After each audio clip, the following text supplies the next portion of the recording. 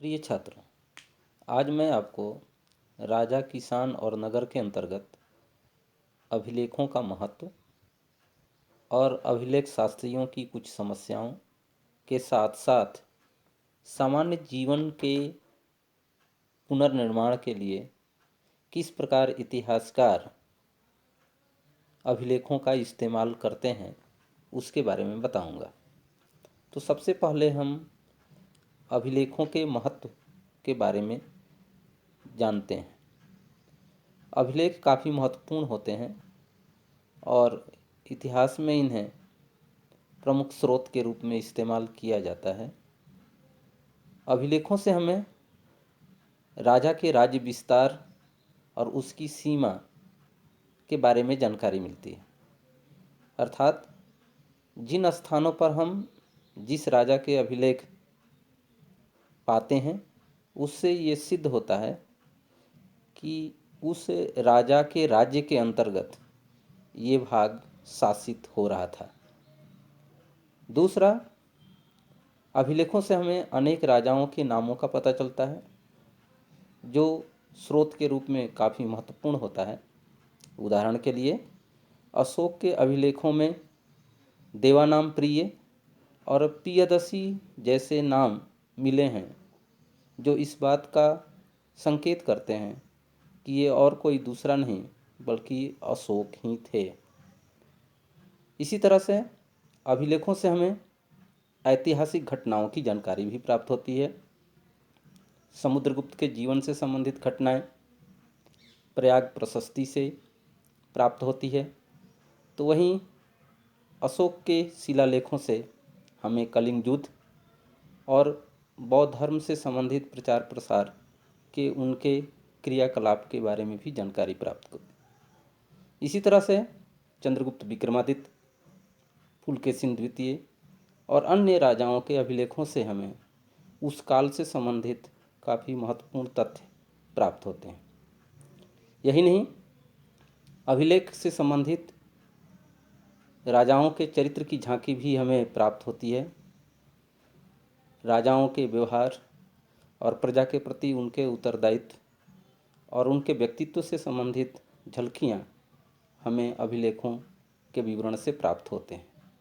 प्रयाग प्रशस्ति में समुद्रगुप्त को एक महान योद्धा और विद्वान के रूप में बताया गया है, जो ये सिद्ध करता है कि उनके व्यक्तित्व से संबंधित ये खूबियाँ उनमें मौजूद थीं।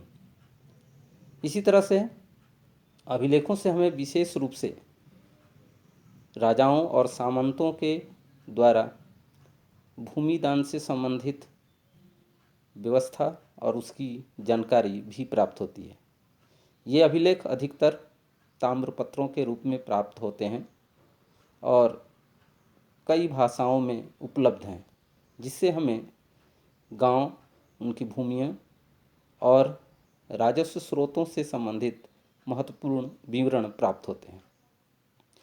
यही नहीं, अभिलेख ऐतिहासिक तिथियों और काल निर्धारण में भी महत्वपूर्ण भूमिका निभाती हैं। अभिलेखों से हमें पता चलता है कि उस राजवंश से संबंधित काल की पृष्ठभूमि क्या थी और उस समय अभिलेख किन किन भाषाओं में लिखे जाते थे और उनका किस रूप में महत्व था। यही नहीं, अभिलेखों से हमें साहित्यिक स्तर का भी पता चलता है। भारत के अलग अलग क्षेत्रों में संस्कृत, पाली, प्राकृत, तमिल, तेलुगु आदि भाषाएं प्रचलित में थीं और उन भाषाओं में अभिलेखों का मिलना इस बात को सिद्ध करता है कि किस तरह से भारत के अलग अलग क्षेत्रों में इन भाषाओं में साहित्यिक रचनाएं हो रही थीं और उनका इस्तेमाल किया जा रहा था। अभिलेखों से हमें तत्कालीन धर्म की जानकारी भी प्राप्त होती है। किस तरह से समय के अंतराल में राजाओं के द्वारा अलग अलग धर्मों का प्रचार प्रसार किया गया और उनके विस्तार के लिए राजाश्रय प्रदान किए गए, जिसमें जैन धर्म, बौद्ध धर्म और हिंदू धर्म से संबंधित राजाश्रय और उनसे संबंधित अभिलेख इसके उदाहरण हैं। अभिलेखों और शिलाओं और गुफा लेखों से हमें तत्कालीन कलाप्रियता का भी परिचय मिलता है।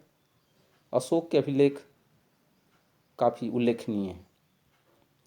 अभिलेखों से हमें तात्कालिक सामाजिक जीवन शैली और रहन सहन के स्वरूप और व्यावसायिक कार्यों के बारे में भी जानकारी प्राप्त होती है।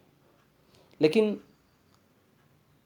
अभिलेखों का अध्ययन करने वाले अभिलेख शास्त्रियों की कुछ समस्याएं हैं, जिसमें प्रमुख हैं अभिलेखों के अक्षर हल्के ढंग से उत्कीर्ण किए जाते थे। वर्तमान समय में उनको ठीक से पढ़ना संभव नहीं हो पाता और ये अभिलेख शास्त्रियों की प्रमुख समस्या रही है। अभिलेख के अक्षर नष्ट हो सकते हैं, जिससे उनके अक्षर लुप्त हो जाते हैं और इस पृष्ठभूमि में अभिलेख शास्त्री अभिलेखों के अध्ययन में काफ़ी कठिनाई महसूस करते हैं। इसी तरह से अभिलेखों के शब्दों के वास्तविक अर्थ को भी पूर्ण रूप से जान पाना हमेशा सरल नहीं होता, बल्कि कुछ अर्थ काल परिस्थिति के अनुसार विशेष होते हैं और वर्तमान संदर्भ से संबंधित स्वरूप को कोरिलेट करना अभिलेख शास्त्रियों के लिए संभव नहीं हो पाता।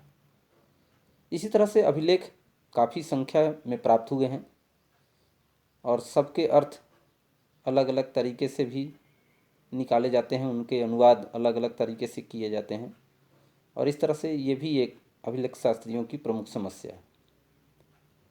इसी तरह से जो अभिलेख वर्तमान समय में उपलब्ध हैं, उनकी मौलिकता और उनकी राजनीतिक और आर्थिक दृष्टि से महत्व को संदर्भित कर पाना भी एक बहुत बड़ी समस्या होती है।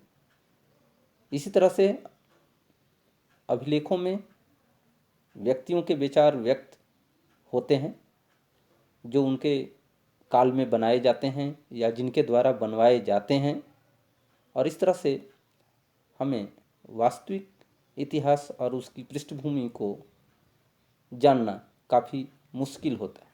फिर भी इन सब अभिलेखों के माध्यम से अभिलेख शास्त्री सामान्य लोगों के जीवन की लिखित जानकारी को इतिहास के घटनाक्रम से सुनियोजित तरीके से जोड़ने का प्रयास करते हैं और पुरातात्विक अवशेष, साहित्यिक अवशेष, आर्थिक, सामाजिक, धार्मिक, सांस्कृतिक अभिलेख और पांडुलिपियाँ और उनसे संबंधित आर्थिक क्रियाकलापों से जुड़े हुए विभिन्न प्रकार के अवशेष तात्कालिक सामाजिक, राजनीतिक, आर्थिक और धार्मिक जीवन से संबंधित क्रियाकलापों का पुनर्निर्माण करने का प्रयास करते हैं और इस तरह से इतिहास को एक विपुल सामग्री अध्ययन अध्यापन के लिए प्राप्त होती है।